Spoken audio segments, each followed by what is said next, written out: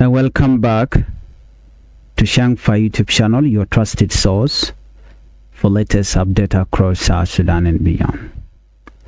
In today's program, we will discuss two important stories that have attracted attention inside South Sudan and among South Sudanese living abroad.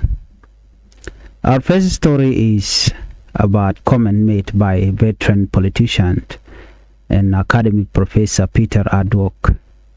Nyaba is calling on political leaders to stop thinking only about political positions and instead focus on bringing real development to the country as South Sudan prepare for the December 2026 general election. Our second story is about a tragic incident in the United States. Authorities in Sioux Falls, South Dakota are investigating the death of a South Sudanese woman. Police said a South Sudanese man has been arrested in connection with the case. We will share what officials have confirmed so far, while remembering that the investigation is still ongoing. Before we begin, if you enjoy our report and want more update on South Sudan, please subscribe to our channel, like this video, and share it with your friends and family. Your support helps us continue bringing you reliable news. Now let's begin with our first story. A veteran politician called for development instead of political competition. As South Sudan gets closer to the December 2026 general election, political discussions are becoming more active across the country. Political parties are preparing for the election. Civil society organizations are encouraging peaceful participation, and many citizens are watching closely to see what leaders will promise for the future.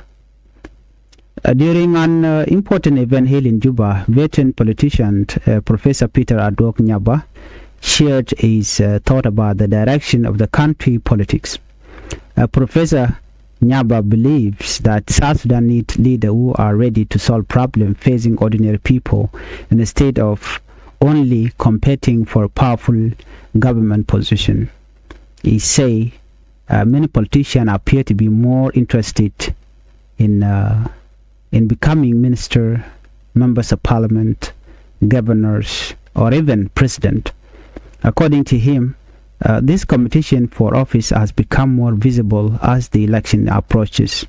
However, he argued that winning an election should not be the only goal of political leaders. Professor Nyaba say political parties should first explain how they plan to improve the life of the people. He believes citizens deserve to know what leader will do to create jobs, improve education, strengthen healthcare, build roads, support farmers, and grow the country economy. He explained that a political campaign should be more than speeches about power. Instead, every party should present a clear plan showing how it will develop the country if elected. According to Professor Nyaba, development is what many South Sudanese are waiting for after years of conflict, economic hardship, and limited public services. He said that without practical plan, political competition may fail to bring meaningful change to the life of ordinary citizens. Many people across South Sudan continue to face daily challenges. Some communities struggle with poor roads, limited access to clean drinking water, shortage of medicine, unemployment among young people, and rising prices of basic goods. Because of these challenges, Professor Nyaba believes that development should become the center of every political campaign. Instead of asking people only to vote, he believes leaders should explain exactly why they will improve the country. During his remark, Professor Nyaba also discussed the participation of women in politics. South Sudan Peace Agreement provides for women to hold at least 35% of position in government. The purpose of this policy is to increase women's participation in leadership and decision making. However, Professor Nyaba questioned how this policy is being implemented.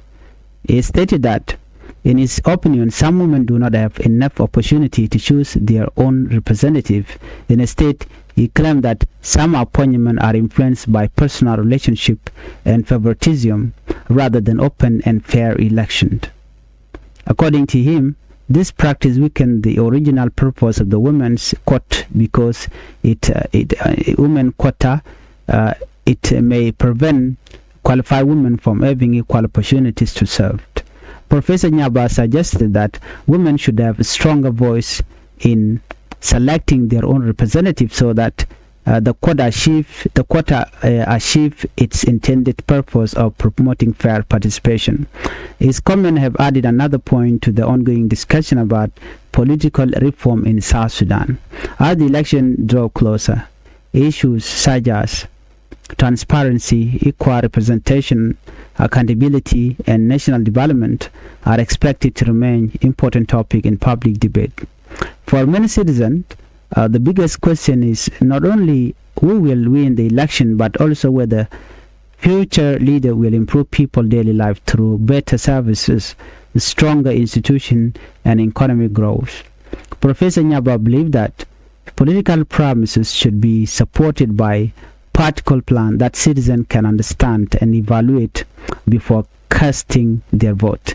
This remark comes at a time when South Sudan continues preparing for a major democratic process and that many people hope will strengthen peace and stability across the country. In our next report, we will look at Professor Nyaba comment about national unity, tribal division, and the declaration signed by political parties and civil society organizations ahead of the election.